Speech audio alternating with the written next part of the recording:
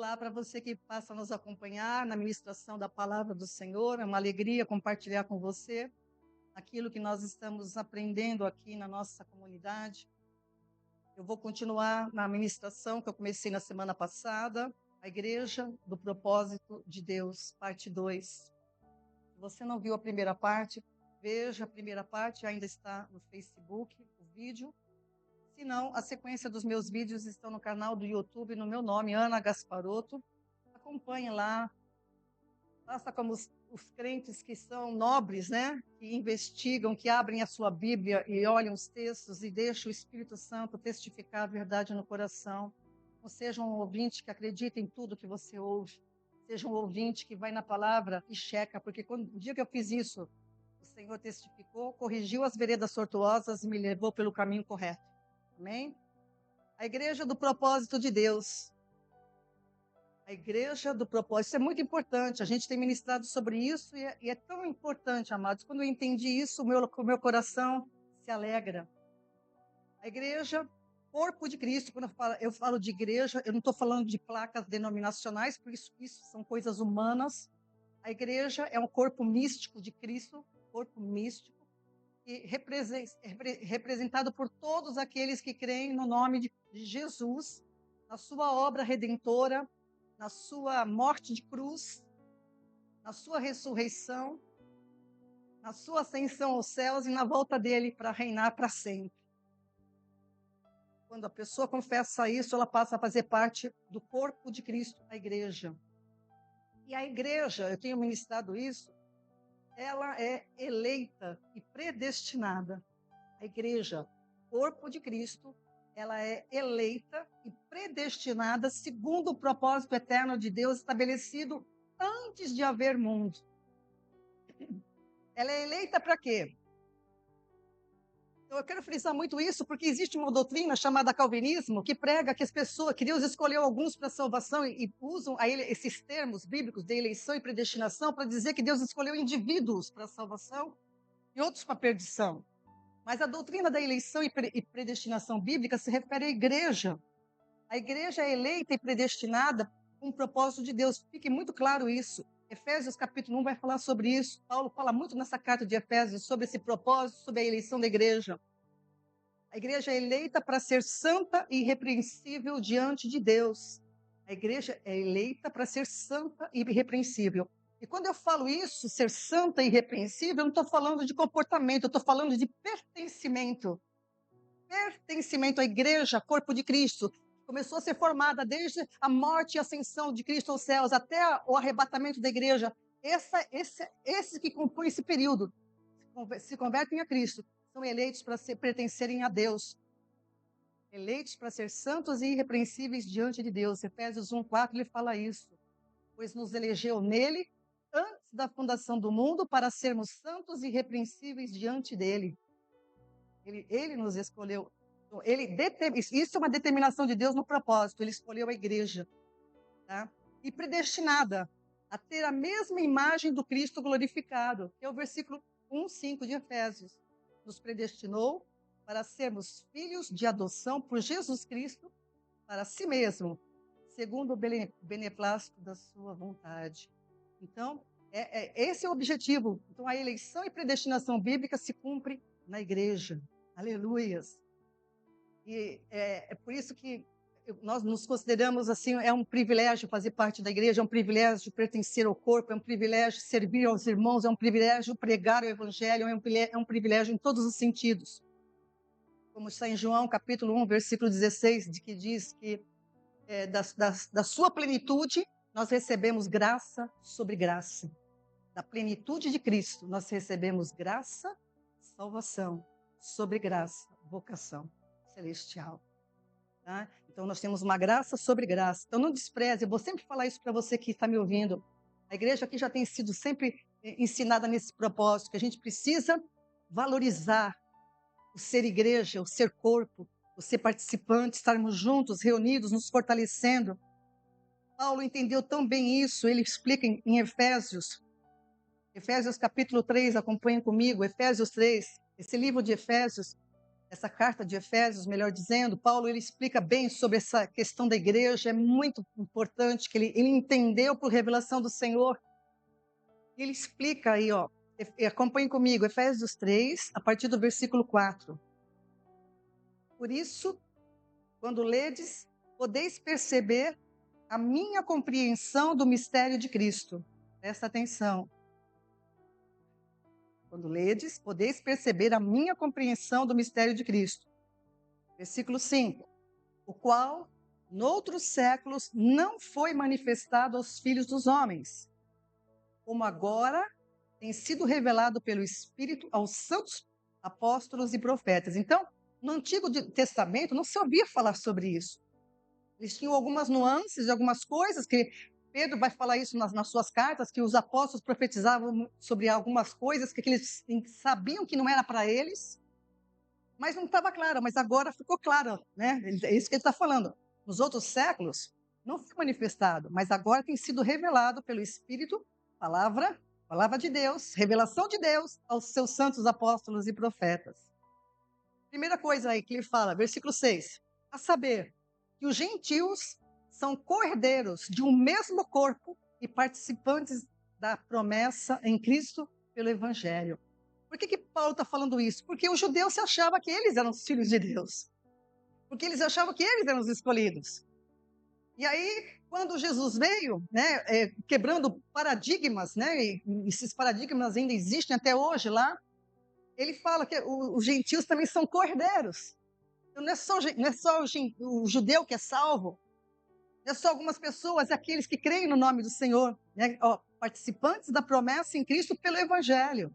Então, nós, os gentios, que não somos, os gentios são aqueles que não são judeus, são co-herdeiros de um mesmo corpo, participantes em Cristo pelo Evangelho. Muito interessante isso, porque todos nós somos participantes dessa glória pelo Evangelho de Cristo. Versículo 7, do qual fui feito ministro pelo dom da graça de Deus, que me foi dado segundo a operação do seu poder. Que glória! A mim, o mínimo de todos os santos, me foi dada esta graça de anunciar entre os gentios, por meio do Evangelho, as riquezas incompreensíveis de Cristo.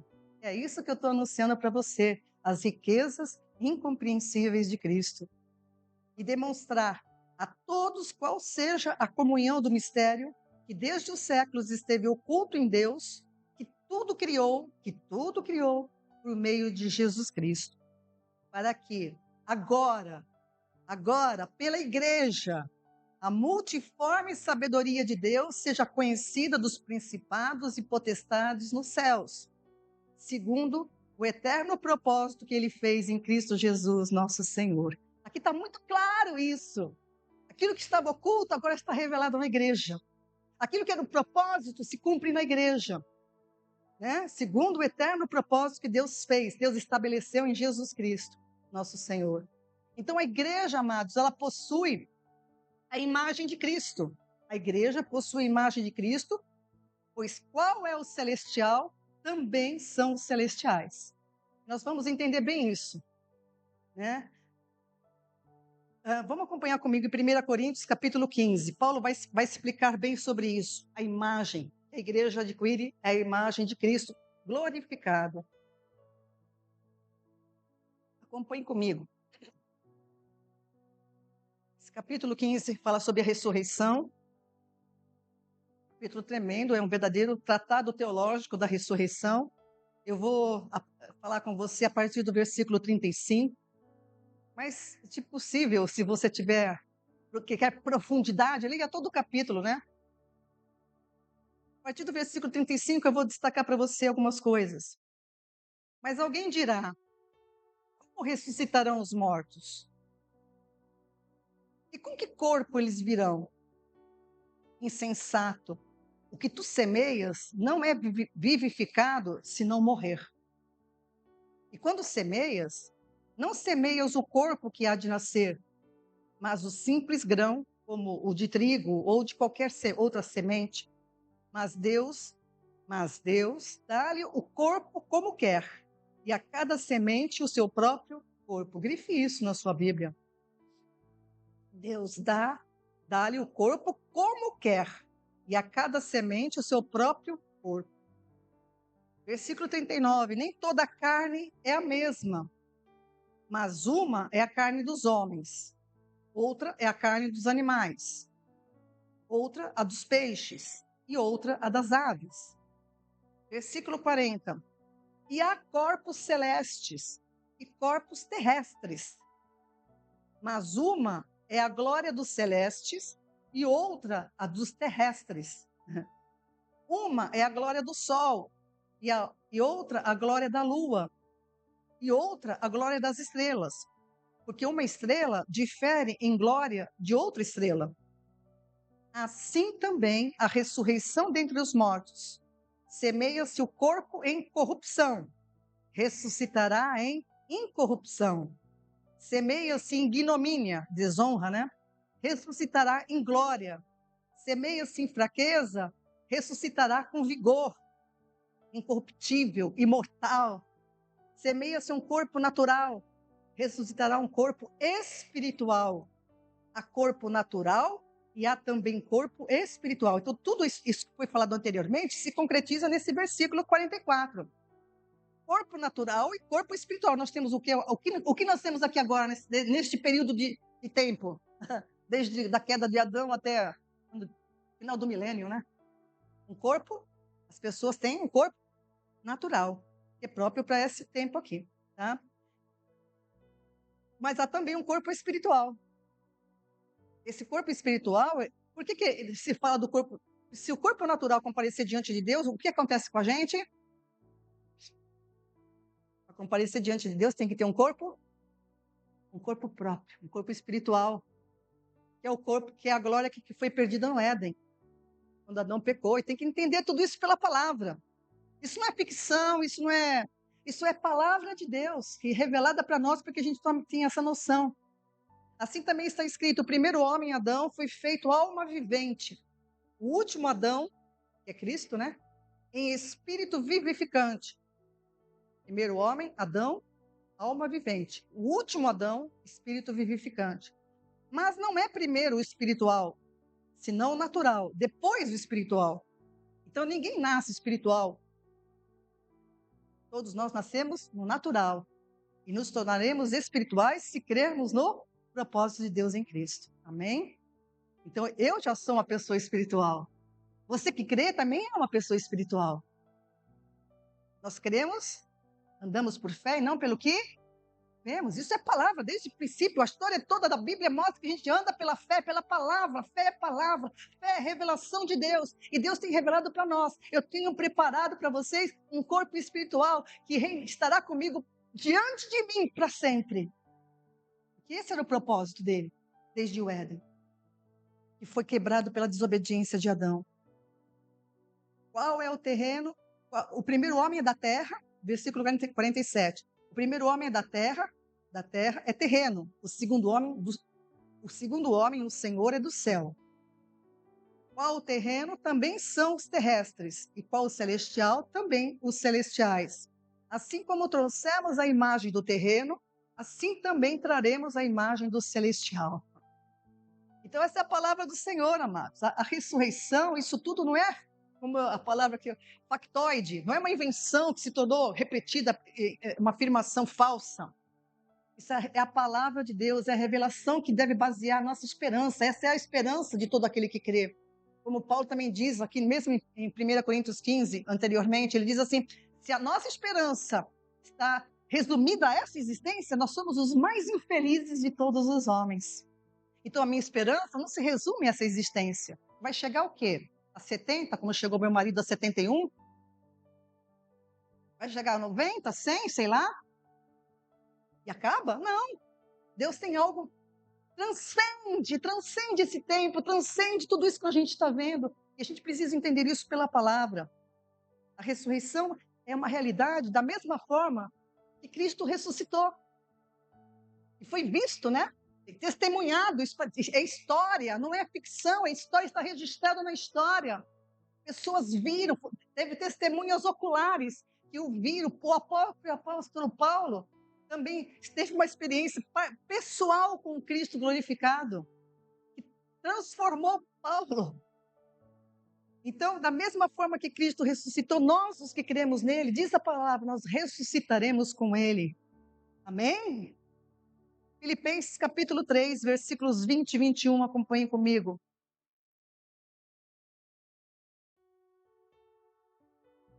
Mas a nossa cidade está nos céus, de onde também esperamos o Salvador, o Senhor Jesus Cristo, que transformará o nosso corpo abatido para ser conforme o seu corpo glorioso, segundo o seu eficaz poder, sujeitar também a si todas as coisas. Então, a nossa cidade está nos céus. Quando a gente fala isso, parece que as pessoas têm uma visão meio nebulosa, né? A realidade dos céus é uma realidade concreta quanto, bate o pezinho no chão aí. É tão concreta quanto isso. Só que transcende o que você vê. Transcende essa visão dessa terra. E a palavra diz que na nossa cidade está no céu, de onde esperamos o Salvador, o Senhor Jesus, que transformará o nosso corpo abatido. Esse corpo é um corpo que, por causa do pecado, amados, ele se desfigurou. O corpo foi perdido a glória no Éden. Eu recuperei a glória, mas ainda não é manifesto para aqueles que se convertem, ainda não é manifesto. Eu tenho um corpo, eu sou espiritual, eu vou ser participante do corpo de Cristo, mas ainda não é manifesto o que eu vou ser, nem o que você vai ser. Mas a palavra do Senhor diz que quando ele se manifestar, nós seremos tal como ele. Amém? Quando que ele vai se manifestar? Para mim, para você, na nossa morte física, ou então no arrebatamento da igreja para aqueles que estiverem vivos ainda na terra.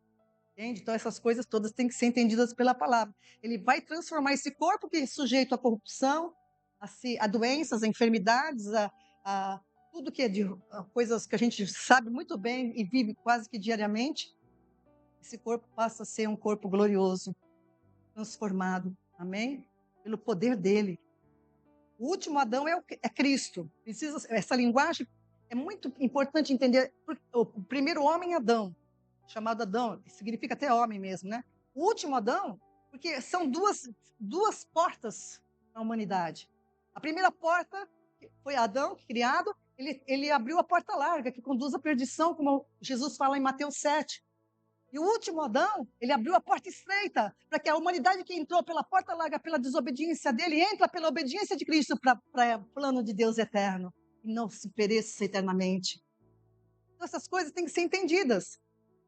Cristo é o Espírito vivificante, ou seja, ele concede vida àqueles que foram feitos almas viventes. Então, antes de crer em Cristo, eu e você que ainda não creu em Cristo, é uma alma vivente. Mas quando a gente crê em Cristo, a gente passa a ser o quê? Vivificado e participantes da glória, da natureza divina e do plano e do propósito dele para todas as coisas. Isso é maravilhoso, amados. Isso é tremendo. Jesus Cristo, homem, foi gerado. Tanto que Jesus, ele não foi gerado da mesma forma, né, de um homem e de uma mulher. Ele foi gerado pelo Espírito de Deus, né, no ventre de Maria. Ele se tornou primogênito de toda uma criação nova. Ele é o primeiro gerado de Deus. Presta bem atenção nessa linguagem bíblica. Jesus foi gerado pelo Espírito Eterno, sendo primogênito de uma nova criação. O primeiro gerado de Deus. Depois tem eu, tem você, tem Pedro, tem Paulo, tem tantos, amém? Gerados, nós nascemos de carne e sangue, do pai e da mãe. Mas agora eu nasci de novo, gerada pelo poder de Deus. Enquanto Adão foi criado, Jesus é gerado por Deus. Enquanto Adão foi criatura, Jesus é o filho do Deus vivo. E ele traz muitos filhos para Deus pela sua obra realizada. Amém? Por meio de Cristo, o último homem, que é espiritual, que é do céu, todos os homens terrenos que crerem nele são gerados de novo pela palavra de Deus, que é a semente incorruptível. Então, esse gerar de novo é pela palavra. O poder não está numa denominação, o poder não está num pastor, o poder não está em homem algum, o poder está na palavra. Quando a gente crê na palavra, nós somos gerados de novo pelo poder da palavra, vivificados, e passamos a ser conforme o último Adão. Essa é a palavra do Senhor. Você crê? Amém? Louvado seja Deus, participamos disso com toda alegria. Amém, igreja? Se você crê nisso, você verá a glória de Deus. Se você crer nisso, você verá a glória de Deus. Esses versículos de 1 Coríntios 15, a gente leu de 35 a 49, eles não estão falando de salvação, eles estão falando de imagem. Eles estão falando para uma igreja que já está salva. Estão falando da bênção sobre bênção, da graça sobre graça. Isso é tremendo, amados. Está falando de imagem. Todos os homens são gerados à semelhança de Adão e são segundo o homem terreno e natural. Mas todos aqueles que creem em Cristo são gerados de novo e trarão a imagem espiritual e celestial de Cristo glorificado, nosso Senhor. Amém? Posso dizer glória a Deus? Meu Deus, se isso não mexer com você, meu amado, acho que às vezes o anjo devia... Eu sempre falo para o Senhor, o anjo na igreja, Senhor, dá um choque. Dá uma eletricutada. Vendo uma coisa dessa, você tinha que pular dessa cadeira e dizer, meu Deus, que coisa gloriosa. Os teus probleminhas aqui, os meus probleminhas aqui, não são um mindinho do pé, diante da grandeza que te espera. Então, não titubeie entre dois pensamentos. Olha para o Senhor, aquele que vive pela fé, ele anda com rumo, ele anda com constância, ele anda como andou, ele anda como Jesus cumpriu a palavra até a morte. E agonizou, mas obedeceu ao Senhor, porque ele viu substituir a desobediência do primeiro. A gente entende isso, amados? Isso muda completamente a maneira de você enxergar tudo. Ah, meu Deus. Da mesma forma que era o corpo de Adão, um corpo natural, assim também são o corpo de todos os homens terrenos. E da mesma forma que é o celestial, do Cristo agora glorificado, assim também serão os corpos dos cristãos quando forem revestidos da imortalidade. Daí a conclusão que Paulo faz, né? Assim como todos os homens gerados de Adão e Eva trouxeram a imagem terrena de Adão, semelhantemente, todos os que forem gerados de novo em Cristo também trarão a imagem do Cristo glorificado. Então, a predestinação, amados, está relacionada a esse corpo glorioso que nós vamos receber. Essa é a predestinação para os salvos em Cristo. De modo que, assim como trouxemos a imagem do terreno, assim também traremos a imagem do celestial, versículo 49, que nós lemos de 1 Coríntios 15. Então, isso resultará na semelhança com Cristo para todos os crentes. Com que objetivo? Que ele seja o primogênito de muitos irmãos semelhantes a ele. Isso é um propósito, amados, que não é para essa dispensação. Esse não é um propósito para essa dispensação, esse é um propósito para a nova criação, que está sendo gerado em Cristo. Tá? Meu esposo já está lá. Eu em figura, entre essas, estou lá. Você também. Amém? É a nova criação. Essa criação, ela tende a sumir. Está na palavra isso.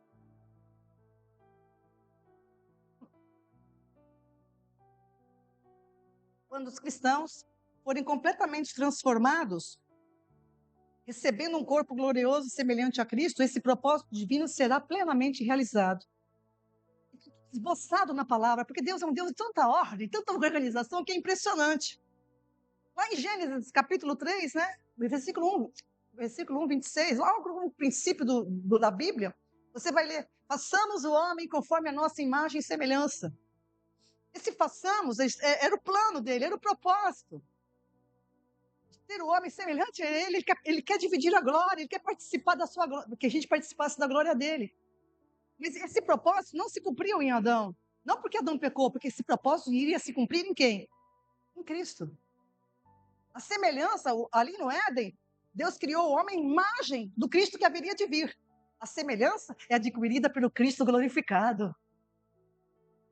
A palavra se fecha nesse sentido, porque o versículo 1, 26 fala, façamos o homem a nossa imagem, em seguida fala, e fez o homem a sua imagem. Porque a semelhança só vai ser adquirida quando a pessoa se converter a Cristo. Se cumpre a palavra do Senhor. Paulo, em Romanos capítulo 8, versículo 29, diz assim, porque os que dantes conheceu, e esse capítulo é transtornado pelo calvinismo, transtornado. Os que dantes conheceu, também os predestinou para serem conformes à imagem do seu filho. O que é dantes conheceu? Não é o calvinismo e não é também o arminianismo.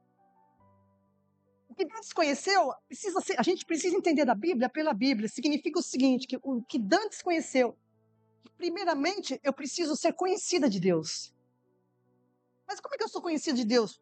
Ele não é onisciente? Ele sabe da existência de todo mundo, dos salvos e dos perdidos. Mas como é que ele me conhece? Conhecer na Bíblia não diz de saber, diz de ser um com ele. E o homem só se torna um com ele, ou seja, participante da sua glória, quando ele é um com Cristo. Quando ele é identificado com o Filho dele, enviado ao mundo para salvar. Então, tem que ser entendido isso. Conhecer na Bíblia é se tornar um com. É a mesma palavra usada para o relacionamento de um homem com uma mulher. E conhecer o homem, a sua mulher, da relação de unidade, corpo, alma e espírito. Então, essa palavra também é usada para a igreja. Os que Dantes conheceu, ou seja, os que entenderam o Evangelho, que receberam o Evangelho, que nasceram de novo, são os conhecidos por Deus. Não somente conhecem, mas são conhecidos por Ele. Então, é isso que a primeira coisa, a pessoa precisa ser conhecida. Os que Dantes conheceu também os predestinou para serem conforme. Então, esses que se tornam um com Cristo, serão conforme a imagem do seu Filho, para que ele seja o primogênito entre muitos irmãos. Então, é tão glorioso isso, amados, que Paulo vai falar em Romanos 8 mesmo, no versículo 18, ele vai dizer: por isso que eu tenho por certo que as aflições do tempo presente, deste tempo presente, não são para se comparar com a glória que em nós há de ser revelada. Não são. Aqui nesse mundo a gente passa por essas provas tremendas, né, coisas assustadoras, mas a palavra diz que nada se compara com a glória que vai ser revelada em nós. Então, não deixe ninguém roubar isso de você. Não deixe nada e ninguém roubar isso de você. Da mesma forma que não conseguimos ver que todas as coisas estão sujeitas a Cristo, a gente não está vendo isso, né? A gente falou na quarta-feira sobre Satanás, né? E às vezes parece que existe uma pregação tão enfática do poder de Satanás, mas não existe poder maior do que o nosso Deus. Ele é o Senhor. E ainda a gente não vê tudo sujeito a Cristo. Da mesma forma que a gente ainda não está vendo, também não é manifesto ainda como a gente vai ser, né? Mas uma coisa é certa: da mesma forma que a gente trouxe a imagem do terreno, do natural, nós traremos a imagem do espiritual, a semelhança de nosso Jesus Cristo glorificado. Amém? Da mesma forma, os que creem em Cristo, por que isso é importante? Porque nós fomos sepultados, a gente participou da obra de Cristo, por isso que os em Cristo, né? Porque em todos os tempos haverá salvação, mas somente os em Cristo são chamados, eleitos e predestinados para terem a imagem do Cristo ressurreto. Por quê? Porque a gente foi identificado na sua morte e na sua ressurreição. Amém? Da mesma forma que ele morreu, nós morremos com ele para o pecado. Da mesma forma que ele ressurgiu, nós também ressurgimos da morte para uma nova vida. Só estamos aguardando que este corpo, que ainda é natural aqui, se revista da incorruptibilidade. Amém? 2 Coríntios capítulo 1, versículo 10. Presta atenção na palavra, porque tudo tem que ser analisado pelos ângulos que a palavra nos apresenta, para fechar as dúvidas, né? Para tirar as dúvidas e esclarecer os pontos corretamente. Segunda carta de Paulo aos Coríntios. Você veja que como Paulo recebeu profundidade da riqueza, da sabedoria de Deus, por revelação do próprio Senhor, como eu já disse em mensagens anteriores. Isso não brotou da cabecinha dele. Isso brotou da revelação do próprio Cristo para o Paulo. 2 Coríntios capítulo 5, versículos de 1 em diante. Acompanhem comigo, por favor. Você sabe? Sabemos que se a nossa casa terrestre deste tabernáculo se desfizer, essa aqui sua aí, essa casinha aqui, se desfizer, nós temos da parte de Deus um edifício, casa não feita por mãos, eterna nos céus. E por isso, neste tabernáculo gememos, aspirando por sermos revestidos da nossa habitação celestial. Se todavia formos encontrados vestidos e não nus. Uma pausa aqui. Se não tiver grifado na sua Bíblia, grife isso aí, viu? Se todavia, Aguardamos o revestimento da habitação celestial, se todavia formos encontrados vestidos e não nu. Está falando de roupa? Não está falando de roupagem física, está falando do quê? Ser coberto com a justiça de Deus, que é Cristo. Porque o homem, quando Adão pecou, qual foi a primeira reação dele? Medo. E porque ele estava o quê? Nu. Mas ele não está falando de porque ele estava pelado antes. A gente não tem que fazer. A linguagem mostra o quê? Que alguma coisa foi transformada a tal ponto que ele falou, ele se viu nu. Ou seja, alguma coisa que ele perdeu de muito categórico, porque ele estava nu antes, porque ele estava nu do mesmo jeito. Nu fisicamente, vamos dizer assim. Mas antes ele estava revestido da glória de Deus que estava no Éden. Ele estava revestido da glória, da luz, da presença do Deus que habitava ali naquele lugar com ele. E quando ele pecou, ele se viu nu. Então a humanidade está nua diante de Deus. E para isso Jesus mandou o quê? Cristo, para nos vestir com trajes de justiça. Porque a alma que pecar, essa morrerá. A alma que pecar, essa morrerá. E a gente, para não morrer eternamente, a gente precisa se revestir, se cobrir com a vestimenta de justiça que é dada por Cristo.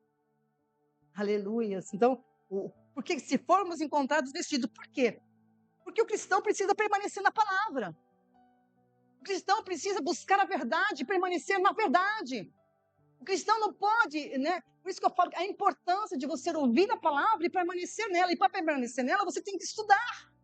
Para não ser enganado, porque hoje o que tem de ventos contrários à palavra, o que tem de pseudo-evangelho, que o inimigo, como a gente falou na quarta-feira, o inimigo, ele tem ódio da gente porque ele ambicionou e caiu, porque ele quis, que Deus planejou fazer o homem à imagem e semelhança dele, ele quis ser semelhante a Deus. Então o inimigo, o que ele faz? Ele não quer que você nem entenda o que é ser semelhante a Deus, ele não quer que você creia, ele faz de tudo para que você abandone a verdade do evangelho. Ele luta com todas as forças dele, dos seus demônios, para que as pessoas se afastem do verdadeiro evangelho de Deus. Por isso que você vai ver, aonde o evangelho é pregado, não tem muitas pessoas. Não tem! E o Espírito chora por isso, porque ele mandou a palavra para salvar todos. Mas as pessoas gostam de ser enganadas. Israel foi. A igreja também, enganada por doutrinas falsas, pecadores que são servos de Satanás, ladrões que roubam e matam. O ladrão veio para roubar, matar e destruir. Não é o diabo, são pessoas usadas por ele que transtornam o evangelho, pegam o falso evangelho, que tira a vida que Deus quer dar para mim e para você. Deus quer vida. A ênfase da Bíblia não é condenação, a ênfase da Bíblia é a misericórdia dele. Mas a gente precisa tentar para a misericórdia dele, tentar com todo o nosso ser, com todo o nosso entendimento. Não é ouvir e beber as coisas e não sondar nada. Pecais, porque vocês não examinam as Escrituras, disse o Senhor e continua valendo até hoje. Vocês pecam porque não examinam as Escrituras. Ouça tudo, mas cheque com a palavra. Essa direção do Espírito, se submeta ao Espírito do Senhor e Ele te guiará no caminho da verdade. Como Ele fez comigo, me tirando de tantos caminhos que transtornavam o Evangelho. Vista-se com as vestes de justiça e não seja encontrado nu. É preciso permanecer no Evangelho. Versículo 4. Pois, na verdade, os que estamos neste tabernáculo, gememos angustiados, não porque queremos ser despidos, mas revestidos, para que o mortal seja absorvido pela vida. Aleluias. Ora, foi o próprio Deus quem nos preparou para isto. Quem preparou para isto? O próprio Deus. Outorgando-nos o quê? O penhor do Espírito. A gente já viu sobre isso. Deus quis isso, fez isso e ainda deu um penhor. O Espírito Santo é o selo em mim e em você. O Espírito Santo é o selo. Esqueci. Meu Deus. Não é a prova de Ana. Não é a prova de Ana. Ai, esqueci. Vocês não esperavam por essa. Ai, Senhor, me ajuda. Todo dia eu vou pregar, você me ajuda a ficar mais calminha, Pai. Mas não dá, amados, porque a coisa é muito grande demais. Os anjos vibram, eles querem que você vibre também. Eles não têm isso, mas eles viram a grandeza do que foi dado para nós, para mim e para você, a grandeza. Eles vibram, eles ficam nos ajudando para que a gente entenda e permaneça na verdade.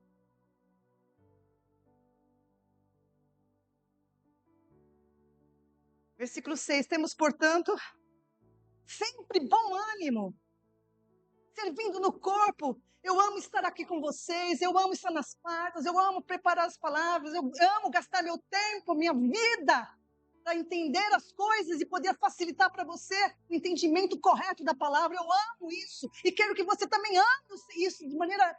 Isso não é um fardo, isso é uma alegria, isso é um regozijo na minha alma. E um dia terá a recompensa do Senhor, obviamente, mas agora a minha preocupação é que vocês sejam encontrados vestidos, não nus. Amém? Tenham sempre bom ânimo, sabendo que enquanto no corpo, nós não estamos na presença de Deus, nós estamos ausentes do Senhor, visto que andamos por fé e não pelo que vemos. Ainda não estamos vendo isso, nós estamos andando por fé, pela palavra do Senhor. Entretanto, estamos em plena confiança, preferindo deixar o corpo e habitar com o Senhor. Você já viu um crente morrer e está triste? Crente mesmo, não. Aliás, ele sempre tem um sobreaviso, né? Vai deixar o corpo. O crente está sempre aguardando isso. Ele sabe quando chegar. É óbvio que a separação não é nada agradável. Eu participei disso com meu esposo e eu vi também pelo aspecto dele. Mas você vê que quem viu o semblante do meu esposo, né? Naquele frio ali, no corpo já imóvel, né? Ele estava diante de algo muito maior do que isso aqui tudo, né? Então o crente, ele anseia por isso, habitar com o Senhor. É por isso que também nos esforçamos, quer presentes, quer ausentes, para lhe sermos agradáveis. Então, tudo que eu faço pelo meu Senhor.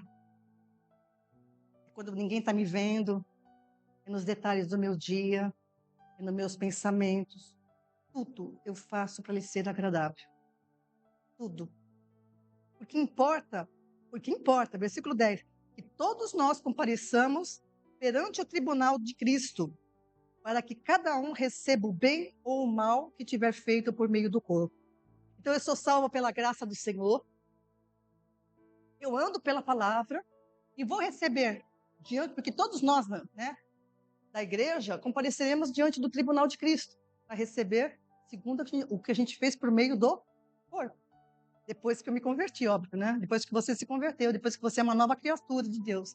Então, todos nós compareceremos diante do Senhor. Isso é para galardão, não é para perder salvação. Para a condenação será o tribunal do trono branco depois, né?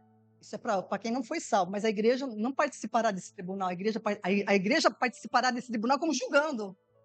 No tribunal do trono branco, Deus que vai julgar. E a igreja vai julgar também. Na palavra, a igreja vai julgar até os anjos. Até os anjos. Tá? Isso a gente vai ver um pouquinho mais para frente. Então, amados, muitas pessoas ficam preocupadas. Quem vai prestar contas da sua vida é você mesmo. Por isso que a gente, como corpo, quando a gente trabalha para edificação e não para pisar no caniço que está aqui quebrado, a gente tem galardão também. Quando uma pessoa está se desviando e você consegue levantar aquela pessoa, não, vem para cá, segura na pessoa e traz ela para o prumo, você terá galardão. Entende? A gente no corpo de Cristo tem, por isso que a gente, é inconcebível, eu vou repetir isso, enquanto eu tiver fôlego entrando por esse nariz, é inconcebível que uma pessoa não participe do corpo de Cristo, congregando, participando, porque a gente, ferro com ferro se amola, não tem jeito. Ferro com ferro se amola. E Deus criou família para isso. A gente se amolar, né? Existe maior amolador que família. Por isso que Ele nos criou para a gente ter relacionamento. Relacionamento na família, na igreja, porque através disso Ele trabalha e aperfeiçoa o amor dEle, que é a palavra dEle em nós. Amém? Então a gente tem que entender essas coisas. Então, quando o que é corruptível for revestido da habitação que é do céu, nós teremos a semelhança do Cristo glorificado, e Cristo será o primogênito de muitos irmãos semelhantes a ele. Isso é algo para a eternidade, tá? Então é importante ressaltar, mas isso então não é agora. Não, é agora. Você crê? Isso é agora. Não é manifesto. Então você tem que andar como Abraão creu. Abraão creu sem ver a terra, saiu do seu lugar, ele era uma pessoa lá num canto do mundo, e Deus falou, sai daí, vai passar a terra que eu vou te mostrar. Ele saiu sem saber para a terra, o que ia acontecer com ele. Da mesma forma, nós somos peregrinos dessa forma, amém? Então, a semelhança de Jesus não é apenas espiritual agora, mas física e total, quando ele se manifestar, amém? Tal qual é Cristo, é a sua igreja neste mundo, amém, igreja? Tal qual é Cristo, somos nós nesse mundo. 1 João que fala sobre isso. 1 João capítulo 4, versículo 17. 1 João 4, 17. Nisto é aperfeiçoado em nós o amor. Nisto é aperfeiçoado em nós o quê? A palavra. O amor é a palavra. É a palavra que ele nos deu. Nisso é aperfeiçoado em nós o amor, para que no dia do juízo tenhamos confiança. Porque qual ele é, somos nós também, aonde? Neste mundo. Somos nós nesse mundo. Então, essa condição de ser semelhante a Cristo, glorificado, para a igreja, é uma condição efetiva hoje. Mas você vai ser manifesta quando Cristo se manifestar. Ainda não é manifesto o que havemos de ser. 1 João capítulo 3, vamos ler aí. 1 João 3, volta para trás um pouquinho, capítulo 1 e 2. 1 João 3, 8. Vede quão grande amor nos concedeu o Pai, que fôssemos chamados filhos de Deus. Olha que grande amor, que bênção, que palavra, que revelação. E somos mesmo filhos. O mundo não nos conhece, porque não o conheceu. Veja bem, a gente não é um com o mundo. Entenda sempre que você vê palavra amor, relaciona com o quê? Palavra. Deus nos amou primeiro, porque Ele deu a sua palavra. Então, e conhecer, o mundo não nos conhece. Eu não pertenço ao mundo, eu não sou mais um com o mundo. Né? Agora somos filhos de Deus e ainda não se manifestou o que havemos de ser.